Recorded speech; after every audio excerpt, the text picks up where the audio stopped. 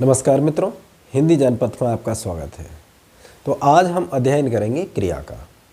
क्रिया सामान्य शब्द है कि जिन शब्दों से किसी कार्य के करने या होने का बोध होता है वो क्रिया कहलाते हैं।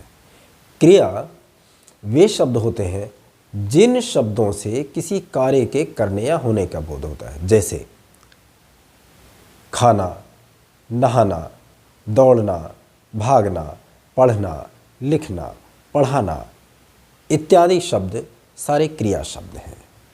अगर हम परिभाषा की बात करें तो जिन शब्दों से किसी कार्य के करने या होने का अथवा किसी व्यक्ति या वस्तु की अवस्था या स्थिति का बोध होता है उन्हें क्रिया कहते हैं। उदाहरण के लिए जैसे हम एक उदाहरण ले सकते हैं, पक्षी उड़ते हैं। पक्षी उड़ते हैं तो उड़ते हैं जो है ये क्रिया है। अच्छा, अगला उदाहरण लेते हैं, सरिता गीत गाती है। गीत गाती है, यहां पर गीत गाती है ये क्रिया है।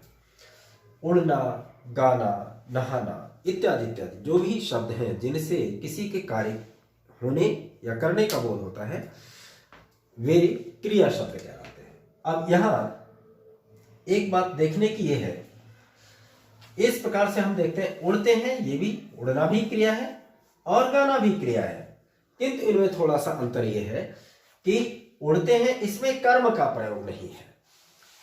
कर्म का प्रयोग नहीं है, पक्षी उड़ते हैं, कर्म का प्रयोग नहीं है।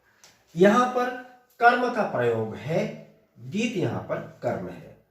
तो इस प्रकार से जहां कर्म का प्रयोग नहीं होता है वह क्रिया अकर्मक कहलाती है। अकर्मक मतलब बिना कर्म की अकर्मक क्रिया कहलाती है, जिसमें जिस क्रिया के साथ में कर्म की अपेक्षा नहीं होती है, जिन क्रियाओं को कर्म की अपेक्षा नहीं रहती है, जिनके साथ में कर्म का प्रयोग नहीं होता है, वे क्रियाएं अकर्मक क्रियाएं कहलाती हैं। और जिनके साथ में कर्म का प्रयोग होता है, जिन क्रियाओं को कर्म की अपेक्षा रहती है, वे क्रियाएं सकर्मक क्रियाएं कहलाती हैं। इस प्रकार से हम देखते हैं कि कर्म के आधार पर क्रियाओं के दो भेद हैं। क्रिया के दो भेद हैं, कौन कौन से? अकर्मक क्रिया और सकर्मक क्रिया। क्रिया के दो भेद हुए कर्म के आधार पर। अब यहां पर एक चीज और देखने की है कि अकर्मक क्रिया का तो एक ही है, जहां कर्म है ही नहीं वहां तो बस यही है अकर्मक क्रिया। सकर्मक क्रिया के पुनः दो उपभेद होते हैं। कौन से? फर्स्ट, पहला है इसमें एक कर्मक क्रिया और दूसरी है द्विकर्मक क्रिया। नाम से ही स्पष्ट है कि जिस क्रिया के साथ एक कर्म होता है, एक कर्म होता है। जैसे सरिता गीत गाती है, यहां पर एक क्रिया, एक कर्म है, गाती है क्रिया के साथ में एक कर्म है गीत, तो यहां पर ये एक कर्मक क्रिया है। कहीं कहीं ऐसा होता है कि क्रिया के साथ दो कर्मों का प्रयोग होता है। जैसे मां भिक्षुक को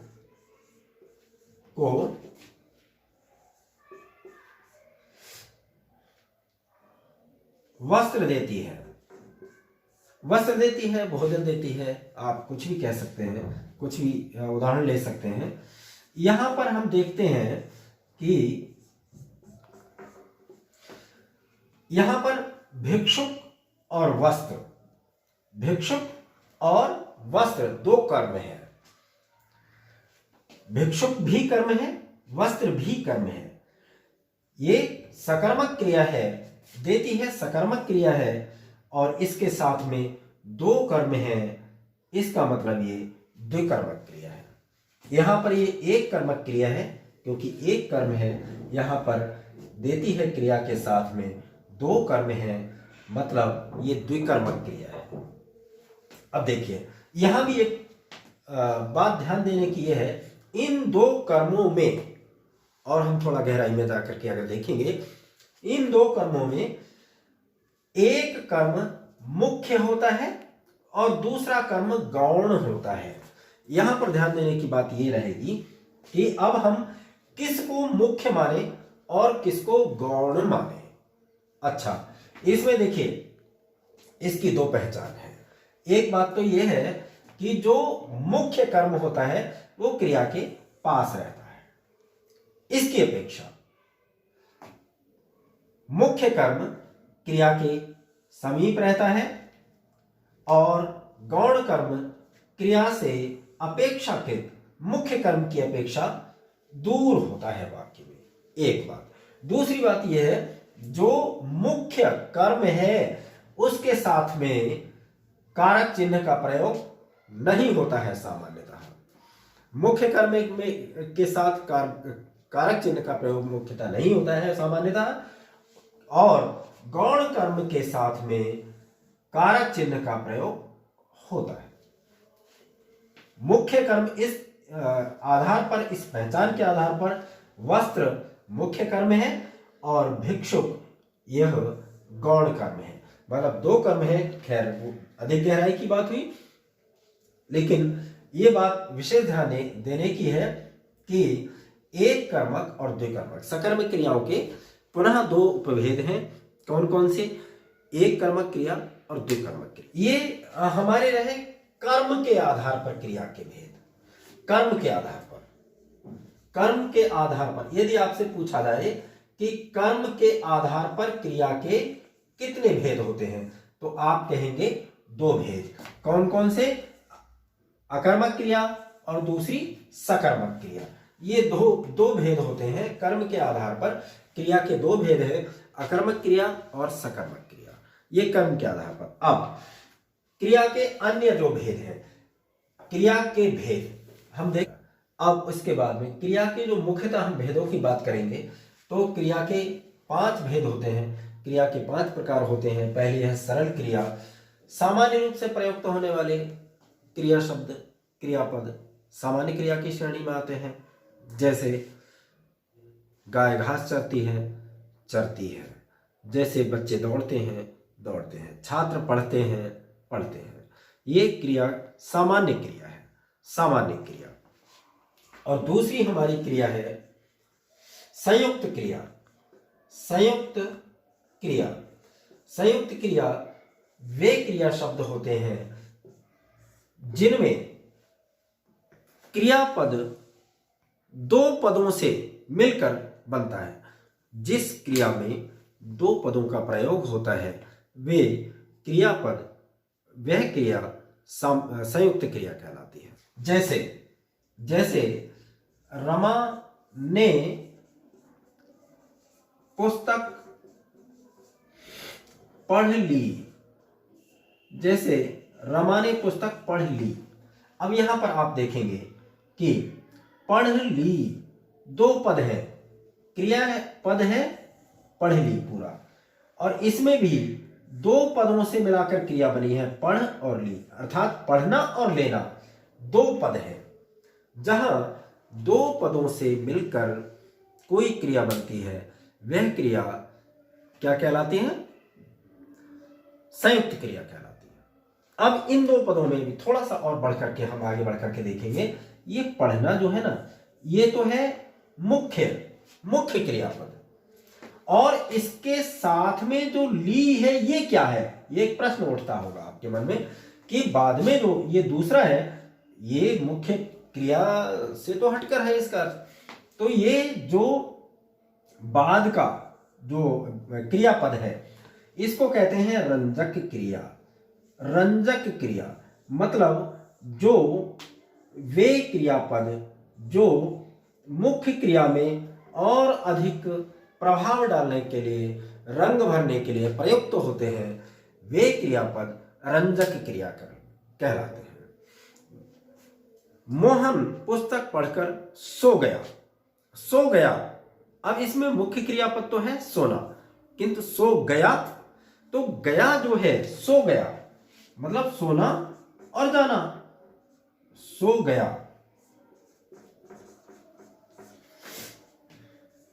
ऐसे लिख देते हैं, बालक सो गया। तो यहां पर जो सोना है, ये सो शब्द तो मुख्य क्रिया है, गया जो है ये है रंजक क्रिया। इस तरह से संयुक्त क्रिया, मुख्य क्रियापद और रंजक क्रियापद दोनों को मिलाकर, दो पदों से मिलाकर जो क्रियापद बनता है वह संयुक्त क्रिया कहलाती है। संयुक्त का मतलब यह है ज्वाइंट, एक से अधिक। संयुक्त मतलब ज्वाइंट, जुड़ा हुआ, अर्थात एक से अधिक होंगे तभी तो जुड़े हुए शब्द का प्रयोग होगा। तो संयुक्त क्रिया का मतलब है एक से अधिक क्रियापदों का समावेश जिस क्रिया में होता है वह संयुक्त क्रिया कहलाती है। अच्छा, हमारी अगली क्रिया है प्रेरणार्थक क्रिया। प्रेरणार्थक क्रिया, प्रेरणार्थक मतलब इसके अर्थ से ही देखिए स्पष्ट, शब्द से ही स्पष्ट होता है, जिन क्रियाओं की प्रेरणा दी जाती है, जिन क्रियाओं को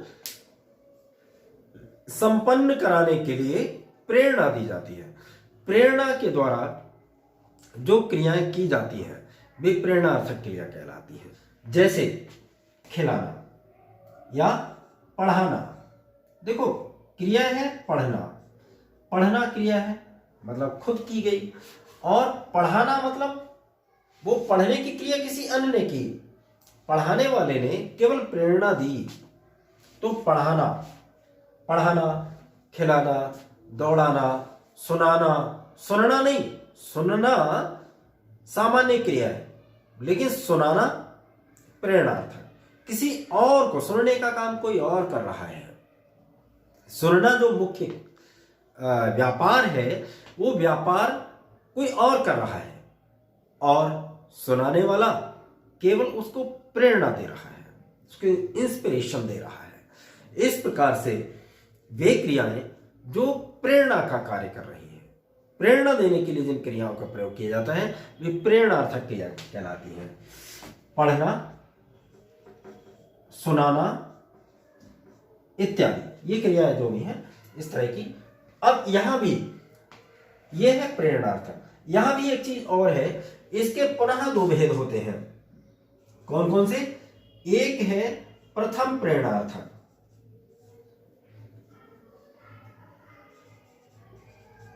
प्रथम प्रेरणार्थक, प्रथम प्रेरणार्थक, और दूसरी इसमें क्रिया होती है द्वितीय प्रेरणार्थक, द्वितीय प्रेरणार्थक। पढ़ाना प्रथम प्रेरणार्थक, पढ़वाना, पढ़वाना, पढ़ना, पढ़ाना, पढ़वाना, अर्थात किसी और से पढ़वाया जा रहा है। अब यहां पर कर्ता ना तो खुद पढ़ने का काम कर रहा है ना पढ़ाने का काम कर रहा है, मतलब किसी अन्य को प्रेरणा देकर के वो किसी अन्य को प्रेरणा दे रहा है यहां पर। इसलिए ये दो कदम और आगे की बात हो गई, इसलिए द्वितीय प्रेरणार्थक कहलाती है। खाना, मैं खाना खाता हूं, खाने का काम मैं खुद कर रहा हूं, या बालक फल खाता है, यहां फल खाने का काम बालक कर रहा है। बालक फल खिलाता है, मतलब खुद नहीं खा रहा है, खाने का काम अब कोई तीसरा कर रहा है, खिलाता है। अगला है द्वितीय प्रेरणार्थक, बालक फल खिलवाता है, यानी बालक भी किसी अन्य के द्वारा खिलवा रहा है। पढ़ना, पढ़ाना, पढ़वाना, पढ़ना सामान्य क्रिया, पढ़ाना प्रथम प्रेरणार्थक और पढ़वाना द्वितीय प्रेरणार्थक। आशा है ये चीज प्रेरणार्थक क्रिया स्पष्ट हो गई होगी। चौथा भेद, चौथा भेद है इसका नाम धातु क्रिया। नाम धातु, नाम धातु क्रिया, नाम धातु इससे स्पष्ट होता है, नाम संज्ञा होता है, संज्ञा। तो नाम, नाम धातु का मतलब है वे क्रियापद जो किसी नाम के द्वारा बनते हैं, जो किसी नाम से बनते हैं, मतलब संज्ञा से बनते हैं। तो इसकी परिभाषा है। अब देखिए, संज्ञा, सर्वनाम और विशेषण, इन जो नियम संज्ञा में लागू होते हैं वे ही प्रायः सर्वनाम में लागू होते हैं और वे ही प्रायः विशेषण में लागू होते हैं, क्योंकि सर्वनाम संज्ञा के स्थान पर बोले जाने वाले शब्द होते हैं, विशेषण उसकी विशेषता बताते हैं। तो लिंग, वचन, कारक जो भी है, जो जितना प्रभाव संज्ञा पर डालते हैं उसी रूप में प्रभाव विशेष सर्वनाम या विशेषण पर डालते हैं। परिभाषा नाम धातु क्रिया की होती है कि वे क्रियापद जो संज्ञा, सर्वनाम या विशेषण शब्दों से बनते हैं। देखिए, कुछ क्रियाएं संज्ञा शब्दों से ही बनती हैं, विशेषण शब्दों से भी बनती हैं। संज्ञा शब्द है, किसी का नाम है, भाववाचक संज्ञा है या जो भी है संज्ञा शब्द है, उससे क्रिया बनती है। तो वे क्रियाएं जो संज्ञा, सर्वनाम या विशेषण शब्दों से जो क्रियापद बनते हैं वे नामधातु क्रिया कहलाते हैं। जैसे शब्द है जूता, संज्ञा शब्द है, इससे क्रिया बनती है जुतियाना।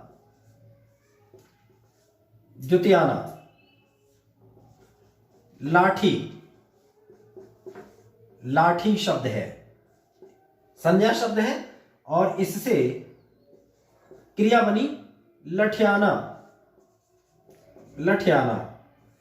शब्द है फिल्म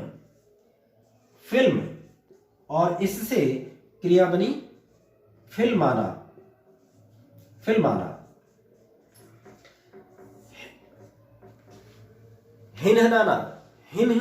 हिनहिनाना, खटखटाना इत्यादि क्रियाएं नाम धातु क्रिया की श्रेणी में आती हैं। वे क्रियाएं जो संज्ञा, सर्वनाम या विशेषण शब्दों से बनती हैं, ऐसी क्रियाएं नाम धातु क्रिया के अंतर्गत आती हैं। हमारा पांचवा भेद है क्रिया का, पांचवा भेद है पूर्वकालिक क्रिया।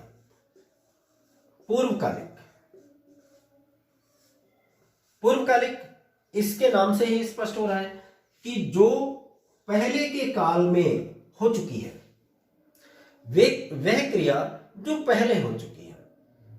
मतलब यह है, यदि वाक्य में दो क्रियाएं प्रयुक्त होती हैं, एक ही वाक्य में दो क्रियाएं प्रयुक्त हों और एक क्रिया पहले हो जाए, दूसरी क्रिया बाद में हो, तो जो पहले हो गई है पूर्वकालिक जो क्रिया पहले हो गई है वह क्रिया पूर्वकालिक क्रिया कहलाती है। जैसे छात्र पढ़कर सो गया, यहां छात्र ने दो क्रियाएं की है।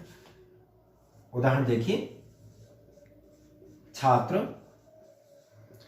पढ़कर सो गया।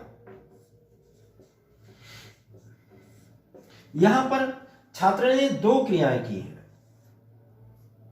सो गया लिख लो या आप अपनी आसानी के लिए सोया शब्द भी कर सकते हैं। वहां संयुक्त क्रिया का प्रयोग हो रहा है तो हमने साधारण क्रिया का प्रयोग कर दिया और आसान हो गया समझने के लिए। बात एक ही है, सो गया शब्द भी कर सकते हैं, बात वही रहेगी। क्रियाएं सो गया भी वही एक ही क्रिया है, संयुक्त क्रिया है लेकिन है एक ही, और सोया भी एक ही क्रिया है, सामान्य क्रिया है लेकिन है एक ही। तो यहाँ पर दो क्रियाएं हो रही हैं, एक तो सोने वाली और एक पढ़ने वाली। तो पढ़ने की क्रिया पहले, छात्र ने पहले कौन सी क्रिया की है? पढ़ने की क्रिया की है। छात्र ने पहले पढ़ने की क्रिया की है, बाद में सोने की क्रिया की है। तो जो पढ़ने की क्रिया पहले हो गई है ये पूर्वकालिक क्रिया कहलाती है। वह क्रिया जो पहले घटित हो गई है। कर्ता के द्वारा जब दो क्रियाओं का प्रयोग किया जाता है और उसमें जो पहले क्रिया संपन्न हो चुकी है उसके बाद में दूसरी क्रिया हो रही है, तो पहले जो क्रिया संपन्न हो चुकी है उस क्रिया को पूर्वकालिक क्रिया कहते हैं। कि क्रिया की परिभाषा, क्रिया कर्म के आधार पर क्रिया के भेद, मुख्यतः क्रिया के भेद आशा है ये सब स्पष्ट हो गया होगा। यदि इसके बावजूद भी कहीं कोई शंका, कोई डाउट रह गया हो तो हमें आपके कमेंट का इंतजार रहेगा। हम पूरा प्रयास करेंगे कि आपकी शंका का समाधान करें। बहुत बहुत धन्यवाद।